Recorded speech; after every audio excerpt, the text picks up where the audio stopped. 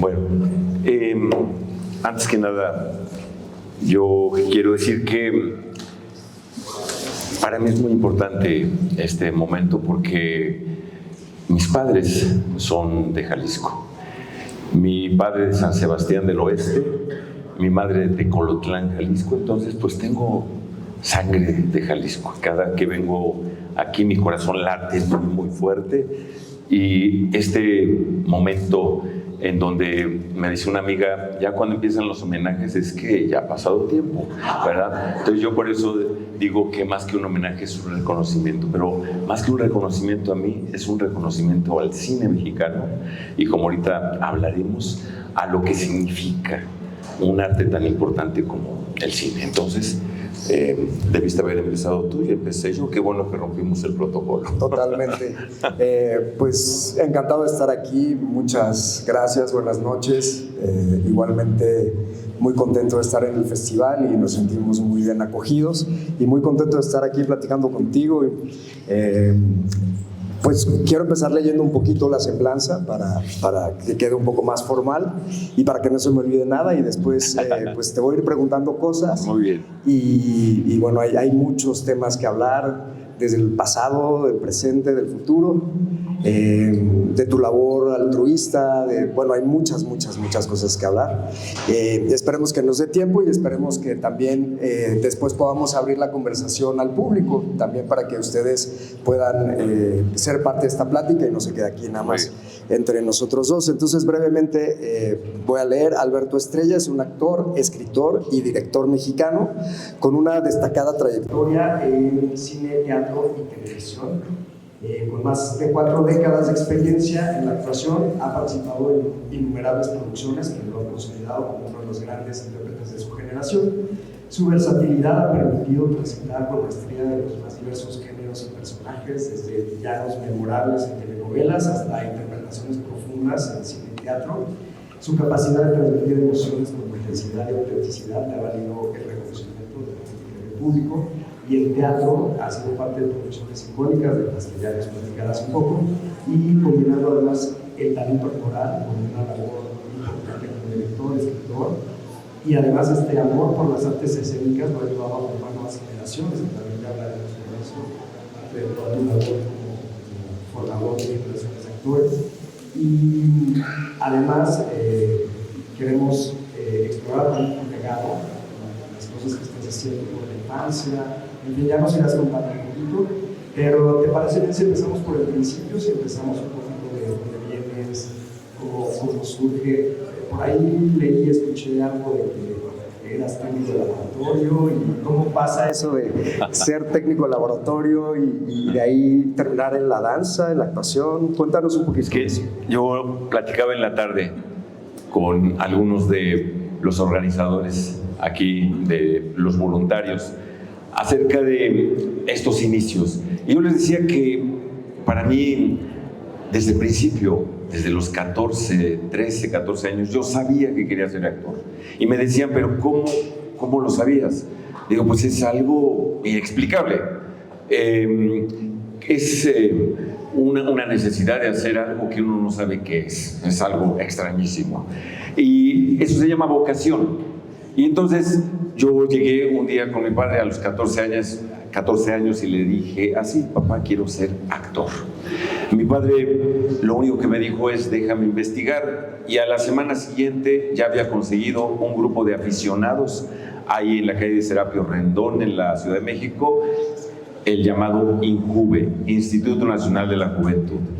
Ahí yo entendí que esa era mi vida, porque yo, al llegar, de un lado vi que estaban ensayando unas catas de karate, del otro lado estaba el ballet folclórico en unas tarimas, más allá estaban unas clases de canto, más allá estaban unas clases de violín, en la parte de arriba había unas clases de guitarra y junto había un salón con un teatro muy pequeñito. Ahí yo dije: este es el paraíso, esto es el cielo. Me parece que cuando uno encuentra de manera temprana la vocación, es un gran regalo de la vida. porque entonces uno se aboca a ir hacia lo que uno sabe que uno es lo que quiere, aunque no sabe uno qué es eso. Yo obviamente había ido al teatro, pero nunca había estado atrás entre cajas de un teatro. Obviamente había ido al cine, pero nunca había estado en una filmación. Entonces, para mí fue una revelación maravillosa y me acuerdo ahorita como si fuera ayer, y fíjense que ya pasaron más de 40 años. Y me acuerdo yo estar enfrente del público después de hacer una obra, Picnic en Campaña, de Fernando Arrabal, que por eso ahorita quise reponer esa obra y la repusimos en el Círculo Teatral como una forma de homenaje al teatro, a la labor. Y ahí, al terminar la obra, yo me acuerdo pasar al frente y escuchar los aplausos, y no era eso que dicen es el alimento del actor, no, sino sencillamente fue un reconocimiento hacia mí de saber que había encontrado mi lugar, que había encontrado mi sitio.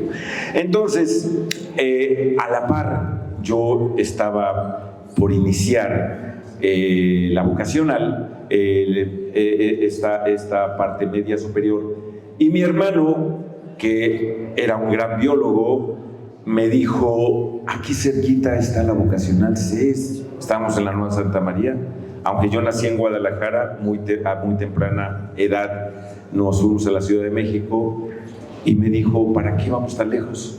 Aquí caminando son 5 minutos a la vocacional número 6. Y yo sabía que no me gustaba, a mí no me gustaba la biología, no me gustaba la química, no me gustaba la física, y sin embargo lo hice porque iba a tener cerca a mi hermano, porque él me dijo, está muy fácil, nos lo vamos a pasar muy bien. Y estando ahí, yo dije, este no es mi camino, no es mi camino. Lo único que le agradezco a la vocacional número 6 es que mi memoria se fortaleció de una manera impresionante, porque yo no entendía nada y lo único que hacía era aprenderme de memoria todo para repetirlo y de esa manera poder pasar. Entonces, si ustedes me dicen, por ejemplo, ¿qué aprendiste? Yo les puedo decir hidrógeno, litio, sodio, potasio, rubidio, cesio, francio, leoneo, argón, tritón, xenón, radón, ¿verdad? Berilio, magnesio, calcio, estroncio, bario, indio, radio. Entonces, para eso me sirvió, para yo fortalecer mi imaginación.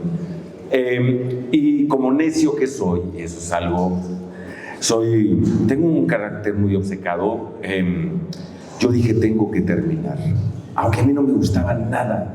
¿Qué estaba yo haciendo ahí dibujando una célula? ¿Qué hacía yo a través de un microscopio? ¿Qué hacía yo sacando sangre donde veía yo que, ¿verdad? ¿Qué era eso de estar, verdad, contando los leucocitos y los eritrocitos? No era lo mío. Mi mente estaba en otra parte. Mi mente estaba en el INJUVE. Mi mente estaba en ir 2 veces a la semana a ese lugar que era el paraíso. Entonces, cuando yo acabo la vocacional, soy técnico laboratorista clínico, para mí pesar, ¿verdad? Pero en ese momento yo descubrí que eso también, que era la necedad y de decir, yo voy a terminar esto, aunque no debía haberlo terminado, porque después revalidar materias para entrar a una universidad fue una cosa terriblemente difícil, pero me dio una gran lección. Y esa lección fue que yo podía conseguir lo que yo me propusiera, lo que yo quería. Me preguntaban si yo dudaba. Yo nunca dudé. Es algo muy extraño. Yo me veía al lado cuando veía las películas desde muy joven, porque mis padres eran cinéfilos. Veíamos las funciones de cine permanencia voluntaria. 2 funciones, viernes, 2 sábados y 2 domingos, o hasta 3, ¿verdad? Cada día nos pasamos desde las 4 de la tarde y salíamos de ahí a las 10:30, 11 de la noche viendo películas. Y entonces, en ese mundo maravilloso del cine, yo entendí que eso me iba a ayudar a mí a saber qué es lo que quería. Yo me veía en la pantalla junto con María Rojo.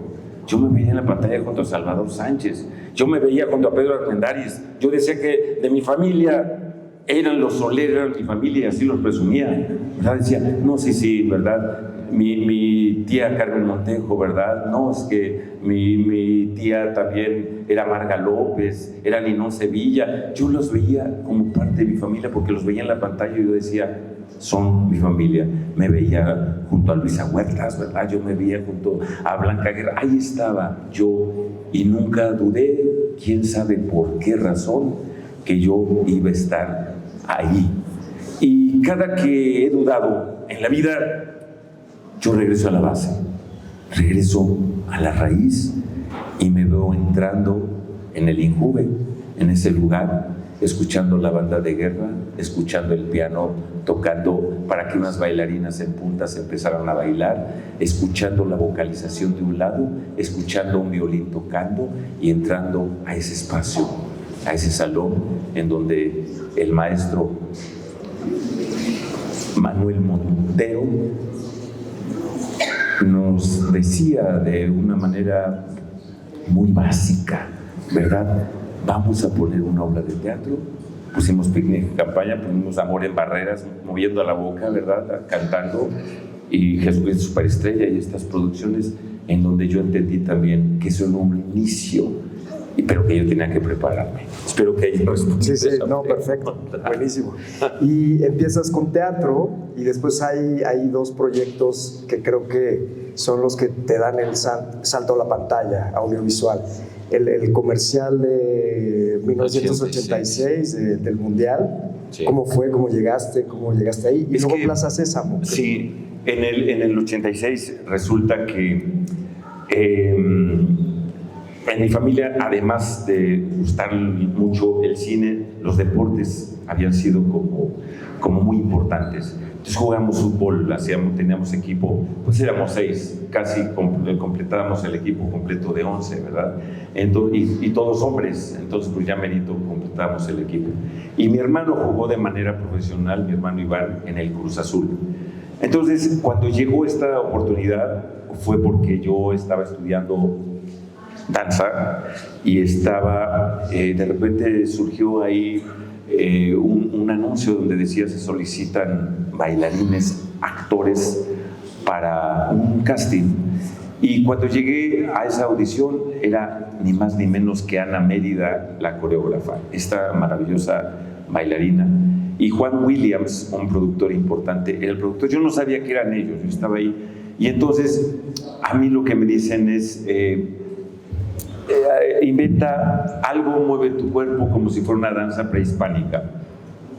A mí lo que se me ocurrió en lugar de eso fue actuarles a ellos, no bailar, no danzarles así, sino inventar un ritual, ¿verdad? En donde yo estaba en las pirámides y empezaba a caminar y hacía una serie de movimientos, ¿verdad? Y me convertía de repente en el sol, ¿verdad? Y me convertía en la luna, y les pareció interesante que yo no haya hecho lo que hacían todos los demás bailarines, que de una manera perfecta, ¿verdad? Hacían un gran bandmón, que hacían, ¿verdad? Piruetas, que hacían giros, ¿verdad? Que hacían contracciones, y les pareció interesante que yo hubiera hecho algo distinto.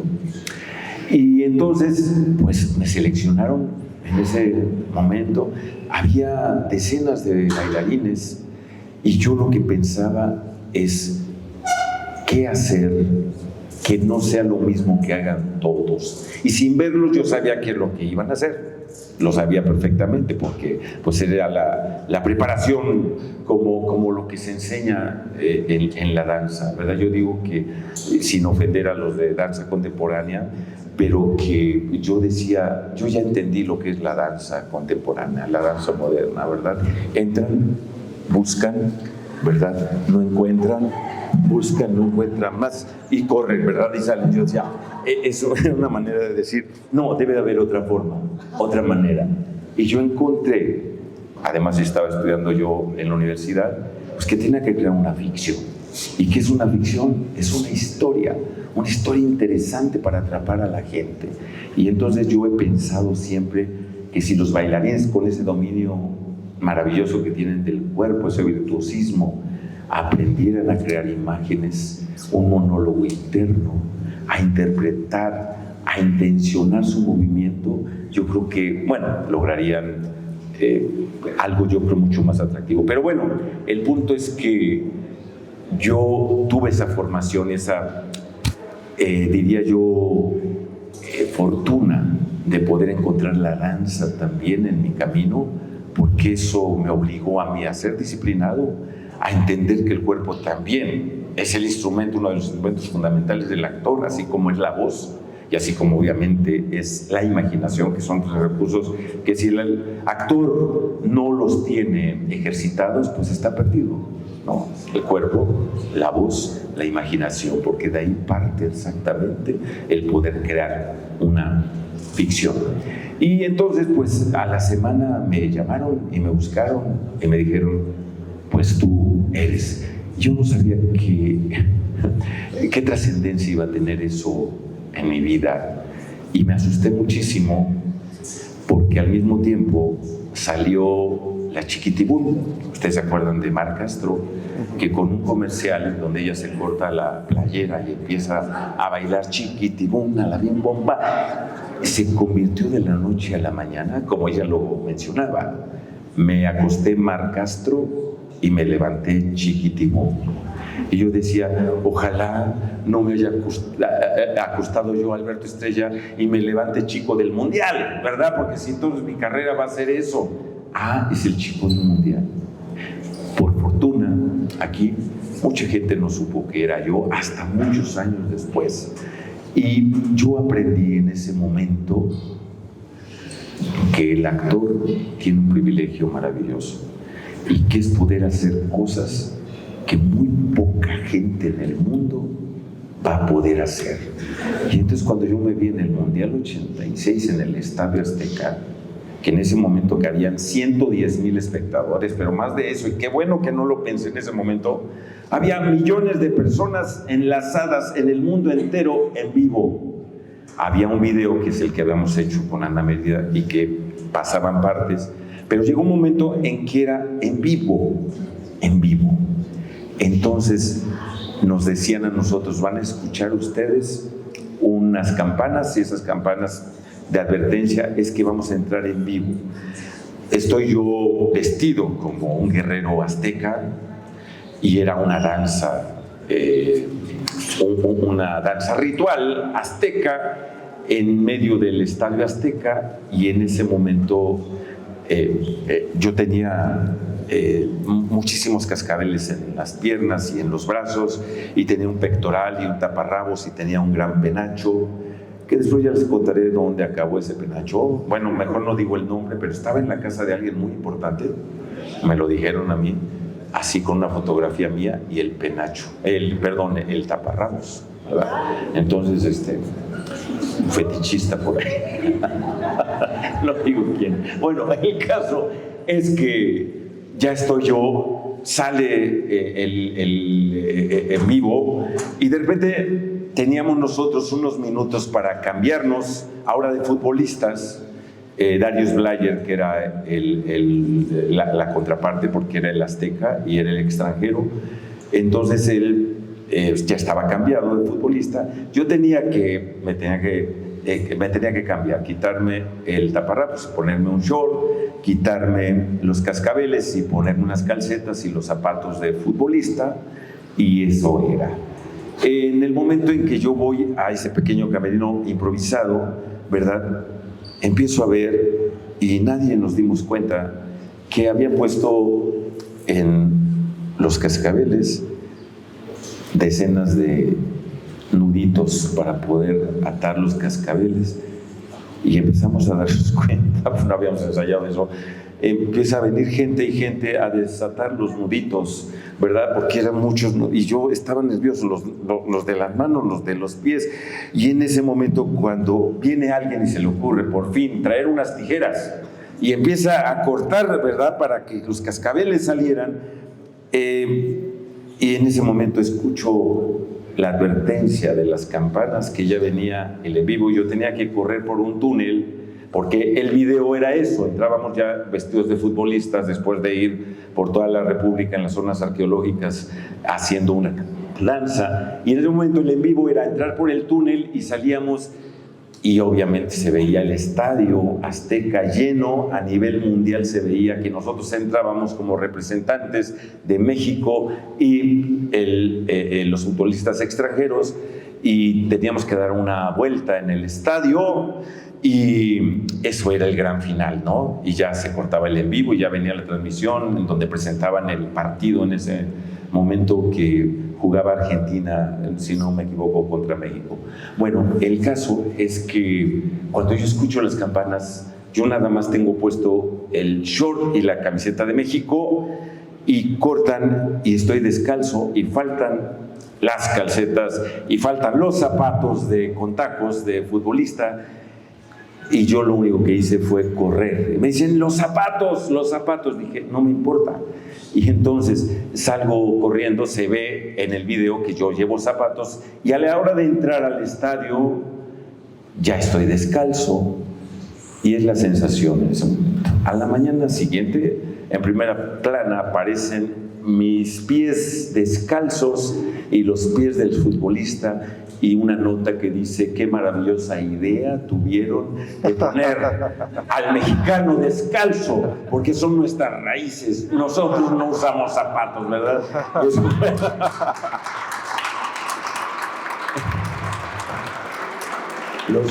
Los accidentes de la vida que de repente se convierten en eso, ¿no? En un acierto. Fue así como llegué yo al Mundial 86. Y para terminar esta historia, resulta que hace como 2 meses me llaman por teléfono de Televisa Deportes. Me dicen, queremos hacerte una entrevista porque pues ya viene el 2006 y ya ustedes saben que vamos a hacer nuevamente nosotros sede de fútbol mundial en México y en Estados Unidos y en Canadá, pero somos sede nuevamente. Y dijo, ¡ay, qué bien! Pactamos la entrevista, se hace la entrevista, estamos así, y la primera pregunta que me hace la persona que me entrevista es, ¿qué se siente que ya se cumplen 40 años de haber hecho el comercial de un... En ese momento yo dije, no es cierto. No, yo calculaba 25, 30 años cuando mucho. Han pasado 40 años en el 86 de esa exploración y bueno, así es la vida, ¿verdad? Voltea uno y dice, ¿dónde pasaron 40 años? Digo, sí sé dónde pasaron los 40 años. Sin embargo, se hace muy, muy corto el tiempo, por eso hay que aprovecharlo al máximo. Hay que aprovechar. Sí. Y entras al cine de la mano de Arturo Ripstein, sí, en El Otro, y luego El Imperio de la Fortuna. Sí. Pues qué fortuna, justamente con este gran director con el que empiezas. ¿Cómo fue ese debut? ¿Cómo ha sido ese trabajo con él? En El Otro, mi texto era, son 20 centavos. Eso es lo que yo decía. Estaba yo en una oficina de correos, entonces llegaba el personaje principal a poner una carta y yo le daba los timbres y le decía, son 20 centavos. Era todo lo que decía. Y entonces, en ese momento, me dice Arturo Ripstein, oiga, usted tiene buena presencia, es lo único que me dice, tiene buena presencia en el cine. Y me dijo algo que a mí me sorprendió mucho. Dice, la cámara es muy extraña, es muy rara. Quiere o no quiere a la gente. Así dijo. Y hay personas a las que las quiere y personas que pueden tener una personalidad muy grande, pero la cámara no los quiere. Esa es la realidad. Y es algo que es inexplicable. Y entonces me dijo, ¿usted lo quiere la cámara? Fue lo que me dijo y para mí fue como el elogio más maravilloso que me pudieron hacer. Voy yo y está en el comedor y llego yo, pero con una alegría exorbitante porque yo sabía que era Arturo Ripstein, yo como cineasta, ¿verdad? Había visto El Castillo de la Pureza y había visto toda su filmografía hasta ese momento y para mí fue un halago maravilloso. Y entonces llego y el actor principal, que no voy a decir tampoco su nombre, me dice, ay, por favor, eso le dice a todas las personas, ¿no? Me dice, además, tú no vas a poder hacer cine. Y yo me le quedo viendo y le dije, ¿por qué? No, me dice, el cine son ojos, no tienes ojos. no vas a poder hacer cine. Otra gran lección en la vida. Mi carácter rebelde, mi carácter me hizo decir, ¿qué vas a ver? No, en lugar de yo ponerme y decir, ay, verdad, sí, no voy a poder hacer cine. Lo que pasa muchas veces con los jóvenes, escuchan un comentario así y se derrumban. Entonces yo dije, no.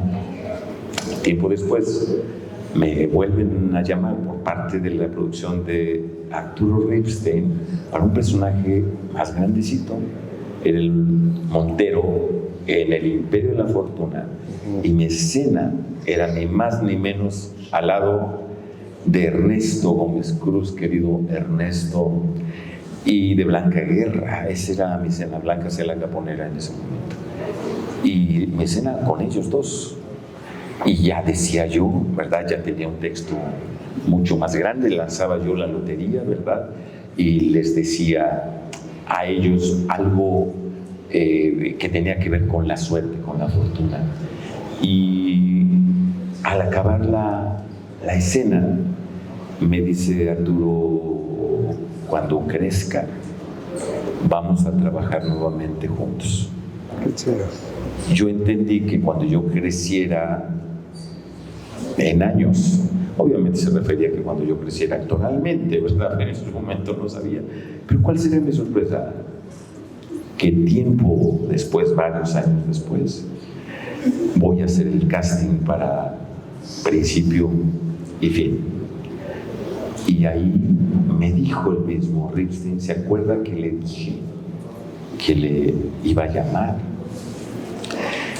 Hago yo la escena, me vuelven a llamar, lo que nosotros llamamos el callback, y en el callback me dice Arturo, si usted se sabe una área de ópera, ya había pasado yo la prueba de actuación y eso, porque el personaje Guama canta, y canta ópera en un bar de mala muerte, y esa fue su perdición, porque después de cantar la celada, veneno enrarecido en la noche son tus ojos, empieza, ¿verdad? Me dice Arturo, se sabe un área de ópera.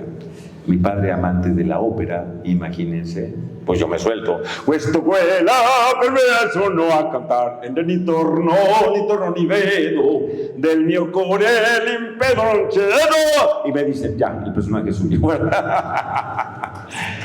Y así hice al Guama. Y tuve la maravillosa fortuna de compartir el set, el escenario con mi adorada Chávez, así le digo porque el personaje se llama Chávez, Luisa Huertas, y ahí empecé realmente mi camino en el cine. Trabajar con Luisa para mí fue una revelación maravillosa, por ver la entrega, por ver la pasión, por ver eso, la transformación de una actriz en un personaje, y ver cómo cada cosa que ella hacía tenía un significado. Tan solo quitarse los lentes para poder ver. Entonces descubríamos nosotros que ella era miope. Cómo un simple gesto puede significar tanto, ¿verdad? Cómo entrecerrar los ojos para ver que llega Guama. Cómo el tomar un billete y ponérmelo aquí en el momento que canto puede significar me gustas, te quiero, te apoyo. Empecé a entender de manera concreta el significado de un mundo interno que se traduce en un gesto, no al revés. No es el gesto que hace que parezca como que, no, sino ese mundo interno hace que tenga un significado, la forma de abrazar, la forma de curarme, de cuidarme. Cuando volverán al Guama, es un personaje hecho con una conciencia, pero al mismo tiempo con el subconsciente incluido. Es una cosa muy extraña, es magia. Bueno, para no hacer el cuento corto largo, cuando acaba la película, Arturo me dice, ¿sabe por qué lo escogí a usted? Y le dije yo, porque me supo un área de ópera y preparé bien mi casting. Me dice, no, fue por sus ojos. Tiene una mirada que es diferente a la de cualquier actor. Y lo que estamos buscando nosotros es la particularidad.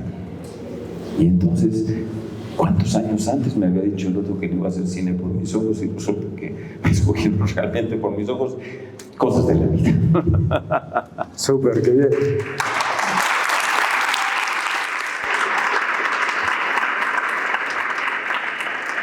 Y a partir de ahí, bueno, empiezan muchísimos proyectos clásicos de la televisión también, Amor en Silencio, Dulce Desafío, películas interesantísimas con grandes directores. Hablando de esto, combinar televisión con cine, con teatro, ¿cómo se te dio? ¿Cómo lo viviste? ¿Cómo lo sigues viviendo?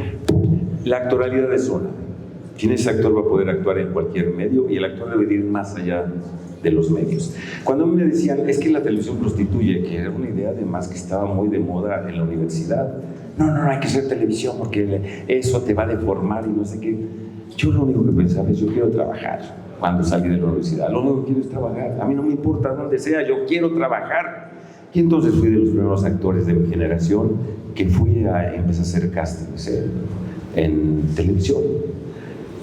Cuando me enfrento con Carla Estrada, estaban buscando actores. Antes era más directo, uno podía platicar con los productores, ahora es imposible casi, ¿verdad?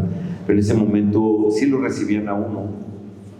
Y Margarita Sanz me dijo, están haciendo un casting buscando un personaje particular para la telenovela Amor en Silencio. Yo hice mi trabajo, hice mi audición y acabándose la audición me llama Carla y me dice, a mí me gusta la gente preparada. Ya vi que estudiaste aquí, has hecho esto. Y dice, yo en este momento te digo, y por lo que vi, ya el personaje es tuyo. Lotería, 70 capítulos. Salí de ahí, ¿verdad? En las nubes ya, con 70 capítulos. Esta necesidad, más que de salir en la tele, de tener un personaje. Leí los capítulos y el personaje estaba muy bien escrito. Por cierto, Miguel Córcega iba a ser además el director, que yo lo admiraba en la Compañía Nacional de Teatro. Yo veía a Córcega, ¿verdad? Y vi una obra que en mi mente está presente cada que yo digo, ¿cómo crear un personaje? Y es el pagador de promesas. Y que era él, el pagador de las promesas. Era una interpretación tan brillante, tan compleja, tan sincera, tan verdadera, que yo decía, yo quiero ser como él. Entonces cuando me dijeron, es el director, yo dije, qué maravilla. Pasa el tiempo, una semana, 2 semanas, 3 semanas y no me habla. Yo dije, pues así debe de ser. Y lo que hice, después de haber yo leído los capítulos y haber imaginado, haber pensado y haber ya me memoricé, ¿verdad? Todas las escenas, dije, pues así debe ser ahí. Voy a ir a darle las gracias. Voy a Televisa, pido una cita, no está Carla Estrada, y entonces me recibe un asistente. Y le digo, bueno, pues es que me habían dicho que yo iba a ser el personaje. Y me dice, ¿cuál personaje? Le digo, se llama Pedro. Y él buscaba, es Pedro. No, ese personaje ya no está. No, pero es que a mí me dijeron, y en los capítulos, es que cambiaron todos los capítulos, entonces pues ya, ese personaje yo creo que ya lo quitaron. Bueno, pues dije, pues muchas gracias. Y la vida es así, voy dando la vuelta así, a la primera que me encuentro es a Carla Estrada en el pasillo. Y lo primero que me dice es, ¿dónde has estado? Llevamos más de 2 semanas buscándote y no te encontramos por ningún lado. Pues antes no había celulares, acuérdense, ¿verdad? Había teléfonos nada más.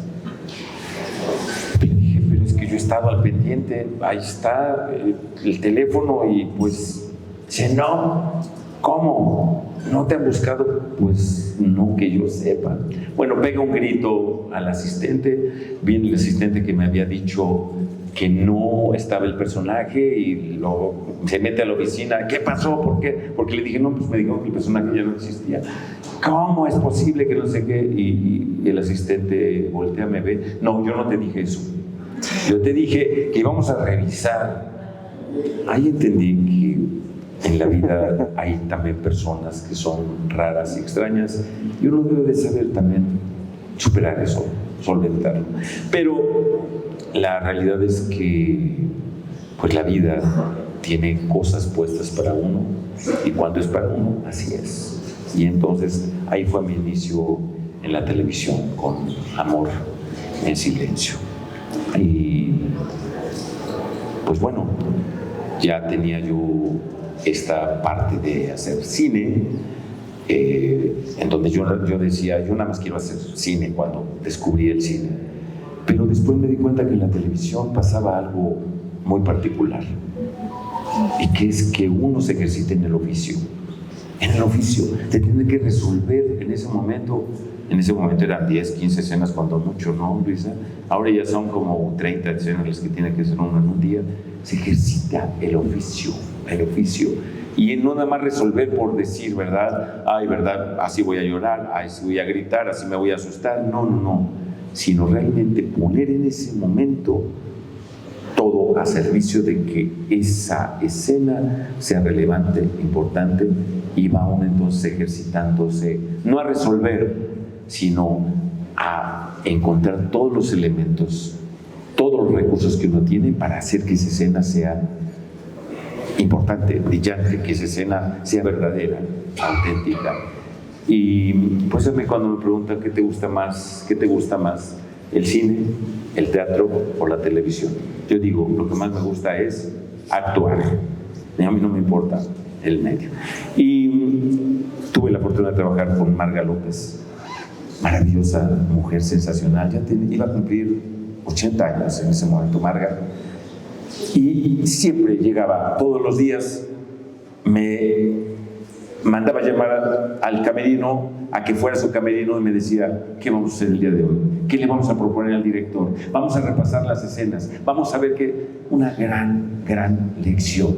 Estaba siempre pendiente de cómo hacer para que el personaje fuera interesante, creciera. Y un día me dice Marga López, y me tengo que poner de pie para decirlo porque es maravilloso, me dice, te voy a dar una lección en 1 minuto de qué es actuar en cine, en teatro y en televisión. Y empezó a hacer. En el cine se actúa con la mirada, en los close-ups. Si un actor no está pensando en su situación, si no tiene su monólogo interno, si no tiene su tren de pensamiento claro, la cámara lo nota y se va a ver allí una mirada vacía. Cuando uno realmente está en la situación y pensando y haciendo, la cámara inmediatamente chupa, absorbe y se ve lo que uno está pensando. Eso es el cine. La televisión se actúa con el pecho y la garganta, en el melodrama. Y hay que tener la emoción, la sensación y saber que son medium shots en la cámara. Que por cierto, un día me dijo a mí, ¿cuál es tu lado bueno, Alberto? Y yo, mi lado bueno, no sé. Me dice, es el izquierdo. Y yo también, vamos a tener problemas. Y entonces Marga, lo que hacía cuando le tocaba a ella actuar del lado derecho, era hablar, ¿verdad? Y decirme así, no puedo entender esto. para hacer su lado bueno. Bueno, y me dice, en la televisión se actúa con la garganta y con el pecho, porque hay emoción, porque está ahí, ¿verdad? Aquí y aquí, la emoción, el melodrama, la vehemencia. En el teatro se actúa con el sexo. Te paras y sientes la energía y la proyectas y va allá en el teatro. Dice, pero siempre en el cine, en la televisión, en el teatro, con el corazón en la mano. Entonces, sí, fue una lección en 1 minuto. Obviamente esto tiene que ver con algo que se llama el matiz técnico de la expresividad, y que muchas veces actores que nada más se dedican a la televisión no entienden por qué les piden algo en el teatro que es diferente a eso, y una vez cuando se hace cine no se entiende, ¿verdad?, que no puede uno es una energía especial, un matiz especial, pero la actualidad es una. Sí, y reaccionar con verdad a estímulos ficticios se va a hacer tanto en cine, teatro, televisión, y uno va a hacer que esa escena no por hacer cine somos mejores actores, o por hacer teatro somos mejores actores, o televisión somos peores actores. Creo que uno puede hacer mal cine o mal teatro, o mala televisión, o buen, lo que se hace es un buen personaje cuando uno aprende a actuar con el corazón en la mano. Gracias, Marga López. Bravo.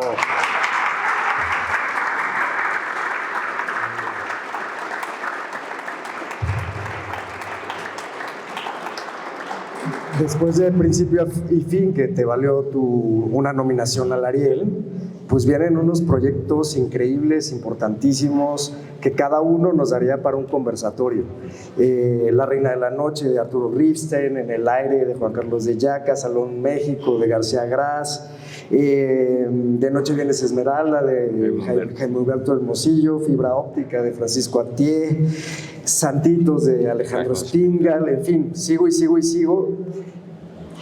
¿Qué te ha dejado trabajar con todos estos directores tan grandes? Ripstein, Hermosillo, Springal, Juan Carlos de Yaca, que también bien interesante, y en estas películas tan importantes que ya son parte de la historia del cine mexicano. ¿Sabes qué? Yo siento que actores de esas generaciones, y generaciones de la mía para atrás, podríamos decir, porque yo estoy en el filito como de este otro cine que ya empezó de otra forma, de otra manera. Somos muy privilegiados. Trabajamos con los grandes creativos del cine mexicano, los grandes del cine mexicano. Y me refiero tanto a directores, como a técnicos, como a fotógrafos, como actores, que son referencia obligada para entender el paso de nuestro cine.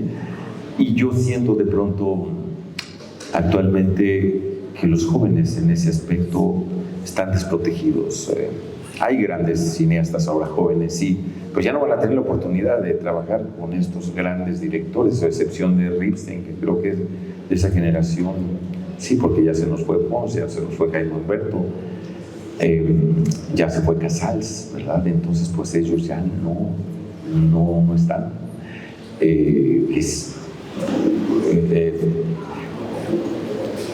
Arthur Ripstein, en una de las películas,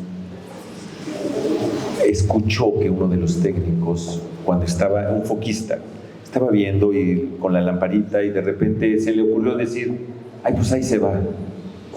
Arturo escuchó el ahí se va, y lo único que le dijo: no, ahí se va, el que se va es usted. Así, en ese momento lo ocurrió. Si no, esto no es una película de ahí se va. Y es una carrera, no es una carrera de ahí se va. Es una carrera de pasión, de entrega, de preparación, de entender que el cine tiene una misión muy importante, bueno, las artes en general. Me gustaría un poquito más adelante hablar de esto, por qué es tan importante festivales como este, por qué es tan importante que mantengamos este espíritu de lo que pasa en los festivales, por qué es tan importante que se siga apoyando a los jóvenes con estímulos para su creatividad, porque es tan importante que sigamos luchando porque la educación continúe. Educación y cultura no es lo mismo, pero se complementan totalmente, y tenemos que fortalecer este hecho.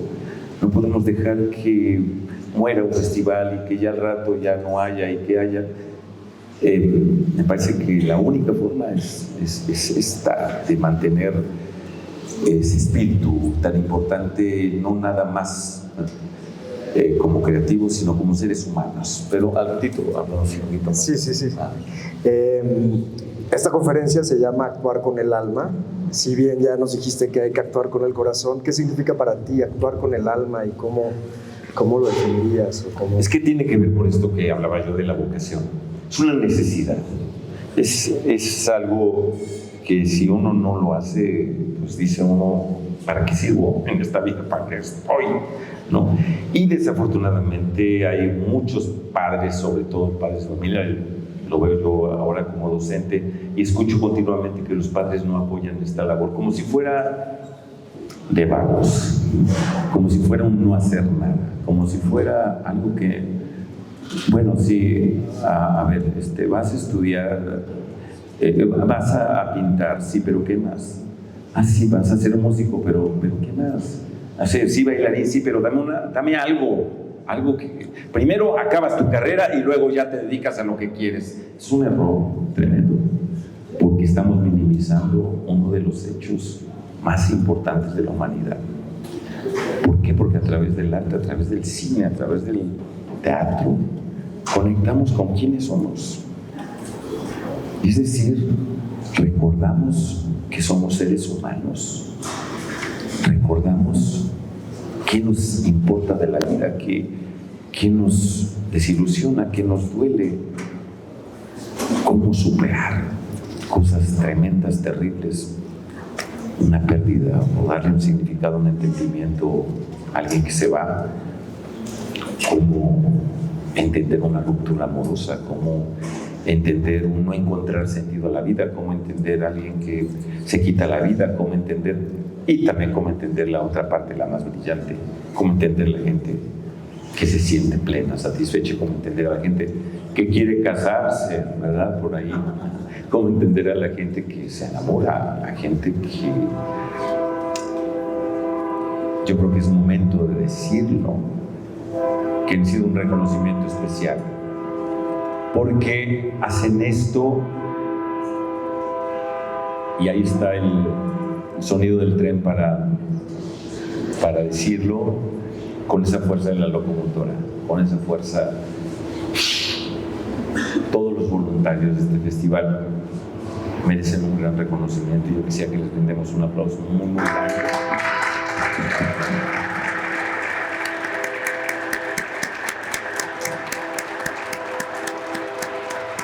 Los organizadores,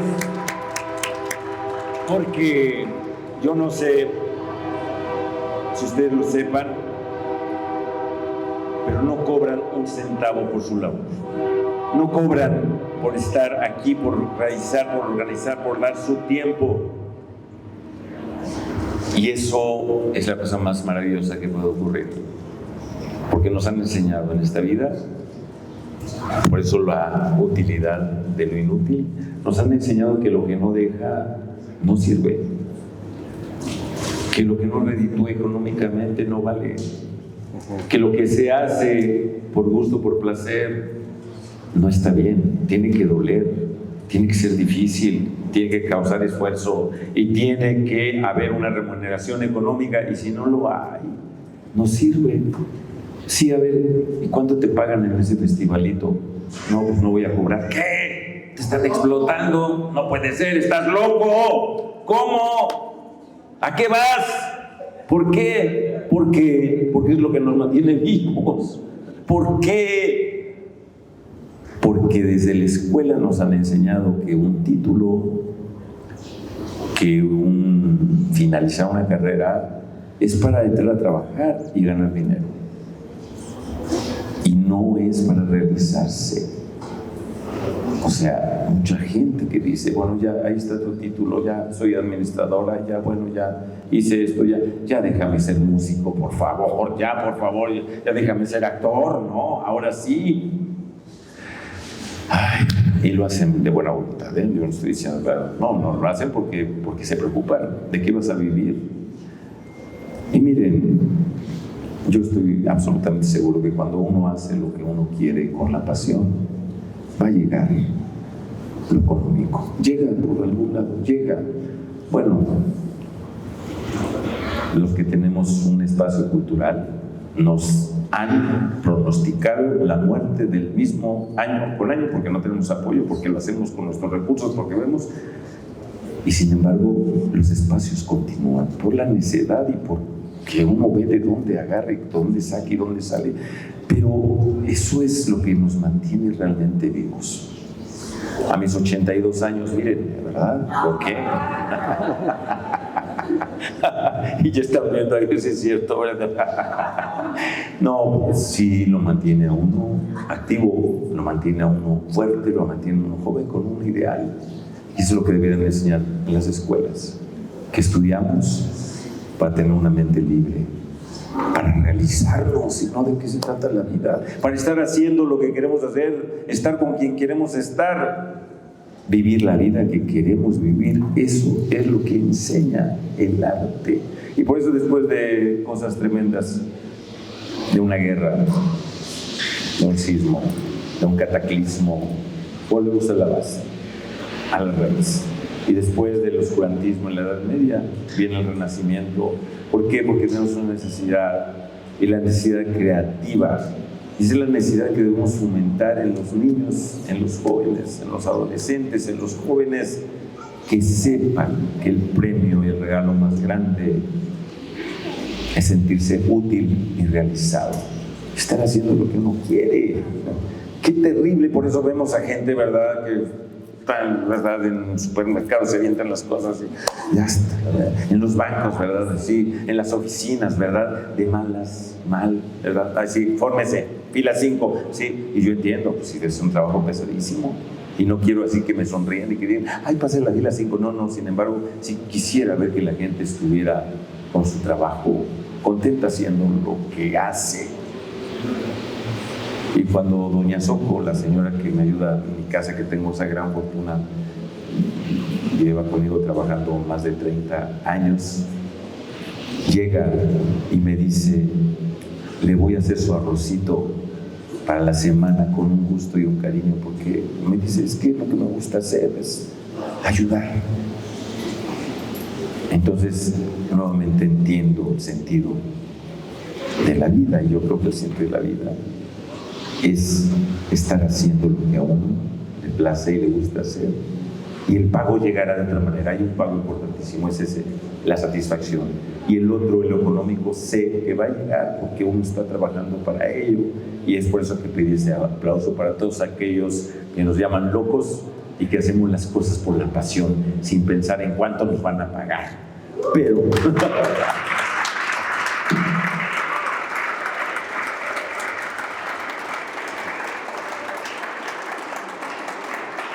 y bueno, en medio de una trayectoria llena de reconocimientos, premios, éxito masivo, porque también muchos de los proyectos que has hecho en televisión han tenido un alcance masivo impresionante, pues se te ocurre crear el Círculo Teatral, que es ese espacio del que hablabas. ¿Por qué viene? ¿Por qué lo haces? ¿Por qué lo mantienes? ¿Cómo es todo esto? Estaba haciendo yo una obra de teatro, creo que la única obra para niños que he hecho, y ahí estaba un compañero que en ese momento, estoy hablando de los años 90, en ese momento había un gran boom por el multinivel. Y entonces un día nos dice, yo ya soy diamante o platino o una de estas adjetivos que les ponen a la gente que ha logrado un nivel porque junto a determinado número de personas. Y entonces nos reúne en su casa y nos dice, ¿quién de aquí quiere ser millonario? Y todos levantan la mano, ¿no? Yo así como, pues no, yo sí quisiera, pero para hacer teatro, por ejemplo, ¿no? Y entonces dice, ¿quién de aquí quisiera tener un teatro? Y éramos como 10, 12, ¿verdad? Y levantan, y yo no levanto la mano. Y entonces ve y me dice, ¿cómo, Alberto? ¿Que tú no quieres tener un teatro? Le dije, no. ¿Cómo? No, digo, no, es mucha responsabilidad. Y además todos van a tener teatros y van a necesitar actores, entonces yo prefiero mejor que ustedes tengan el teatro, lo manejen y me llamen a mí como actor. Y la vida quiso que después de tantos años el único de todos esos que tiene teatro soy yo. No, pues así es la vida. ¿Cómo surge? No es que uno tenga la ocurrencia de, ay, voy a hacer un teatro. No, las circunstancias se van dando porque yo tenía un espacio, un estudio en donde se daban clases una vez a la semana nada más de actuación. Ahí empezó a dar clases Raúl Cermeño, Mercedes de la Cruz, Luisa, ¿verdad? Y entonces un día yo dije, necesitamos un espacio en donde poder tener nuestros propios proyectos y eso. Y ahí cerca, en la Colonia Condesa, se desocupó una casa a la calle de Veracruz. Y yo dije, pues es la oportunidad. En ese momento yo estaba, bueno, sigo asociado con Carpinteiro y me dice Carpinteiro, no, ¿de dónde se va a sacar para la renta? ¿De dónde? Y cuando alguien me dice eso, ¿de dónde? Yo digo, ¿verdad? Quiere decir que sí se puede hacer, porque si alguien ya se lo está preguntando, quiere decir que sí es posible. Y bueno, se hicieron todos los trámites y se rentó la casa del Círculo Teatral. Y pues así empezó a pasar el tiempo y empezamos a ver cómo quitar paredes, poner estructuras para que soportaran que fuera un teatro un poco más grande. La casa estaba clasificada, no se podía modificar mucho, pero se logró un espacio muy familiar, un espacio, el Círculo Teatral, en donde tuvimos la fortuna de inaugurar con una obra de Víctor Hugo Rascón-Banda, adorado Víctor Hugo Rascón-Banda, con Ofelia Medina, ¿verdad? Encabezando el reparto, y a partir de entonces empezó, todavía recordamos ese día de la inauguración. Imagínense, este 27 de marzo se cumplen 21 años del espacio del Círculo Teatral, y ese 27 de marzo de hace ya casi 21 años estábamos ahí, Luisa lo podrá decir, ¿verdad? Y hicimos un círculo en la plataforma, pusimos un listón alrededor, estábamos todos los actores al centro del escenario, y en ese momento dimos por inaugurado ese bendito espacio, cortando listón alrededor. Y a partir de entonces empezó la historia del Círculo Teatral. Y yo digo que ha pasado por casi las 7 plagas del apocalipsis, ¿verdad? Porque tuvimos inundaciones, porque estuvimos a punto de perder la propiedad, porque hubo un sismo, el del 17, que tiró el espacio. Lo volvimos a levantar apenas hace 3 años, ¿verdad? Y el Círculo está ahí, más vivo que nunca. ¿Por qué? Porque hay una necesidad de eso. El espacio ya no es mío, el espacio es de la comunidad teatral, el espacio es de los creativos, el espacio es de los jóvenes que llegan a pedir el espacio con condiciones muy blandas. Somos escuelas hermanas, CEUBOS y el Círculo Teatral. CEUBOS está a punto de cumplir 15, 16, 19. Dios bendito, 19 años ya. Ajá. Y entonces, pues, ahí estamos por convicción, sobre todo por placer y la necesidad de eso, de generar espacios. Y yo no siento así como que yo conseguí, no, yo siento que es una comunidad, y que en esa comunidad alguien debe de tener la energía y debe de tener esa lucidez de poder decir, se tiene que hacer, tiene que continuar. Entonces, pues a mí me tocó, y yo lo hago con todo gusto y con todo placer. Es la historia brevemente del Círculo Teatral. ¿Y nos puedes hablar un poquito del programa de fomento a la lectura que tienes para niños? ¿En qué consiste? También, sí, ¿por qué lo haces, no? Porque de repente pues sí tienes una trayectoria, tienes mucho trabajo. ¿Por qué entrar en estos proyectos que parecen a lo mejor no viables o no redituables? Estuve más de 20 años perteneciendo al proyecto de Limbal, el INBA en ese momento, que se llama luego Leo Existo, del maestro Andrés Torres. Y llegó un momento en donde yo les decía y les insistía mucho que el programa debería de ir acompañado con el otro programa que desde el inicio también estaba ahí. Y el programa que se llamaba ¿Quieres que te lo lea otra vez? ¿Quieres que te lo lea? Exactamente. Y entonces de pronto desapareció ese programa, y yo insistía mucho que debía haber. Y un día yo sí les dije, miren, yo pienso que es muy hermoso que esté el programa de Leo Luego Existo para adultos, pero si no está el refuerzo para los niños, para los jóvenes, me parece que está el proyecto cojo. Y me dijeron que no, que iba a continuar, y entonces yo dije, pues ¿por qué tiene que ser a través de ellos? Yo puedo crear mi propio programa. Y fue así como creé el programa. El Círculo Teatral y Alberto Estrella te invita a leer, y un programa nuevo que se llama Ojos que no leen, corazón que no siente, que es el nuevo programa. Y me da muchísimo placer poder hacerlo, poder ir por lo menos cada mes o 2 meses a una escuela y presentar ante los niños, leer cuentos o presentar una pequeña obra de teatro. Tengo ahorita un cuento que escribí que se llama Rutilio Mendoza, la rata olorosa, que habla sobre el bullying, y es una rata pasada de peso con lentes y que le hacen bullying terrible en la escuela, y cómo va entendiendo que tiene que protegerse, que tiene que cuidarse, que tiene que cerrar los oídos y que tiene que aprender también a valorarse y saber qué le conviene y qué no le conviene. A grandes rasgos es el programa. Y se fue fortaleciendo con algo que se llama Kamishibai. El Kamishibai quiere decir teatro de papel, y es un teatrino en donde se van pasando hojas de papel o láminas con dibujos, y los niños van interpretando eso y se les va preguntando a los niños qué creen que venga de la historia, y hay una convivencia con los niños en donde aprenden a crear la ficción, a acompañarla con nuestros dibujos, con este espacio y con títeres.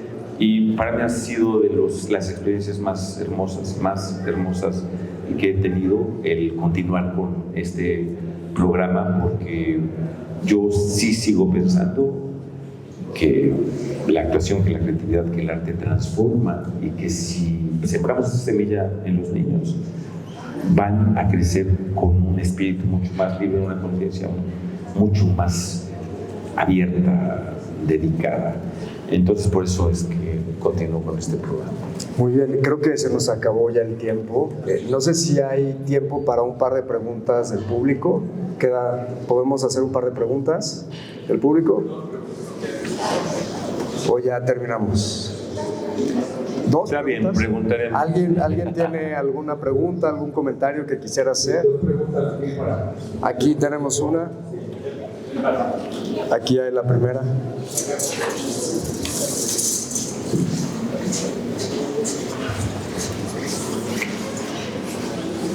Buenas noches a todos. Buenas noches, señor Alberto. Mi pregunta es, usted como actor, ¿qué le recomienda a los nuevos directores que están surgiendo de dibujo? Mira, te lo voy a contestar con... A mí me encantan los cuentos, entonces este es un cuento de... un maestro, director, profesor, les dice a sus alumnos, ya están ustedes suficientemente preparados. Y la preparación consistía en que uno debía encontrar su propio valor, el valor en la vida, el personal, pero también el valor de lanzarse, de exponerse, que con lo que uno tuviera los recursos, el conocimiento, tenía uno que exponerse. Y entonces los lleva sus alumnos en una fila con los ojos cerrados, ¿verdad? Dice, confíen, y les va diciendo paso, hasta ahí, porque ya saben que ahí está el precipicio. O eso que les va a mostrar. Les pide que abran los ojos. En el momento que abran los ojos, ven una fosa llena de cocodrilos. Y el maestro les dice, ha llegado el momento de probar su valor. Quiero, por favor, que aquel que ha aprendido conmigo, que ha tenido esta preparación conmigo y que confía en mí, se lance al pozo y atraviese hasta el otro lado, y me van a probar entonces que han aprendido en la vida. Todos se quedan paralizados. ¿Quién se va? De ver, además, ¿verdad? De los hocicos así de los cocodrilos así hambrientos, ¿verdad? Esperando a ver quién, los ojos inyectados así en sangre, hambrientos. No, pues nadie se atreve, ¿no? Y el maestro les dice, por favor, no quiero quedarme con esta sensación de que ustedes no aprendieron lo que es el valor en la vida. Por favor, láncense. Nadie. El maestro dice, está bien, ya entendí.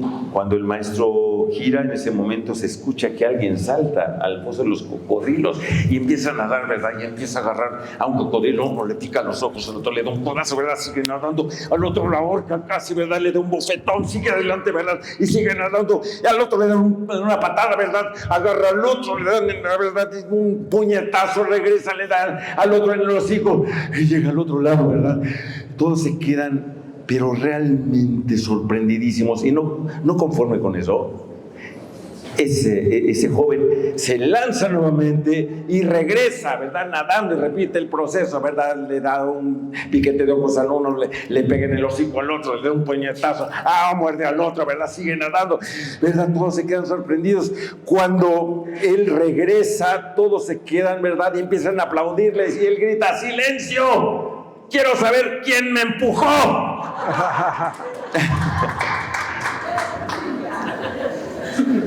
Eso es lo que se necesita, y es lo que hacen los maestros, y eso es lo que hace la vida, darle un empujón. Y uno necesita, ¿verdad?, pasar, picar los ojos a la vida, dar un puñetazo, dar codazos, dar patadas, llegar hasta la otra orilla y regresar y repetir el proceso. Eso es lo que yo recomendaría a los directores, que se lancen, que no tengan miedo, que no lo piensen, que no estén pensando: ya cuando pase esto, ya cuando me den el apoyo, ya que yo tenga esto, ya que tenga tiempo, ya que se me ocurra, ya que me ayuden, ya que ya tenga, ¿verdad? No, hay que hacerlo. Igualito que en la actuación no existiría si no hay acción de los personajes. La acción es lo más importante.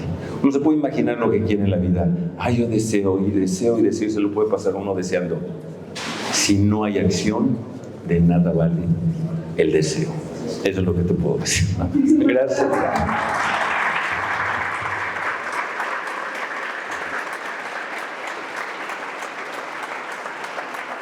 Y una última pregunta para poder terminar.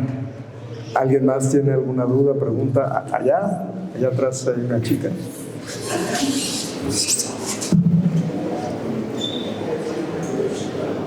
Buenas noches, maestro. Gracias. Bueno, yo no quiero preguntarte nada porque sería inútil preguntar tantas cosas. Solo quiero agradecerte que vengas a decirle a todos los actores, a todos los que estamos en Jalisco, que de repente perdemos la fe, perdemos la pasión y el amor, y pensando que los papás no nos apoyan en esta carrera, a los jóvenes, que les dicen no, porque tienes que tener un papel, porque tienes que tener un certificado, un diplomado, etcétera, y todos los talentos que hay en Jalisco son insuperables, de verdad, son increíbles. Gracias por venir a decirles a todos que hay que vivir felices para siempre y que hay que hacer lo que tanto nos gusta y nos apasiona, actuar. Muchas gracias. Muchas gracias. Y pues con esto terminamos esta conversación, esta conferencia, y muchísimas gracias a Alberto Estrella. Bueno, agradecer la plática, maestro Alejandro, y bueno, a nombre de Tequila Tres Mujeres, del festival, tengo un regalito. Pásale, Alejandro. Una botella de Tequila Tres Mujeres. Muchas gracias. Otra botella de Tequila Tres Mujeres. Extra añejo dark. Extra añejo dark. Ajá. Ya nos explicaron. Un regalo de su partida, familia. Y tenemos esta pintura que estamos dando a todos nuestros invitados. Como saben, el festival cada año muchísimas gracias. Plástico, aquí está la obra original. Con nosotros esta pintura peregrina que hemos traído de cada evento. Saber mirar. Saber mirar. Y es el Jessica Gagda. Jessica Gagda. ¿Está por aquí Jessica? No está Jessica. Gracias, Jessica. Gracias. Entonces, agradecemos. Por el caso que tuvimos, tenemos un regalo de nuestro patrocinador de las joyas. Muchas gracias. También. Otro regalo. Otro regalo. Muy regalado. Pásale. Qué emoción. Muchas gracias. Un besito, para que lo va a observar. Representando un poquito aquí la región. Qué belleza. Un agave. Ajá. Que se lo ponga. Es un collarcito. Muchas gracias. Y le combina y todo. Puede ser. Vengo yo ya listo. Es que yo sabía que me iban a dar Sí, ahí está.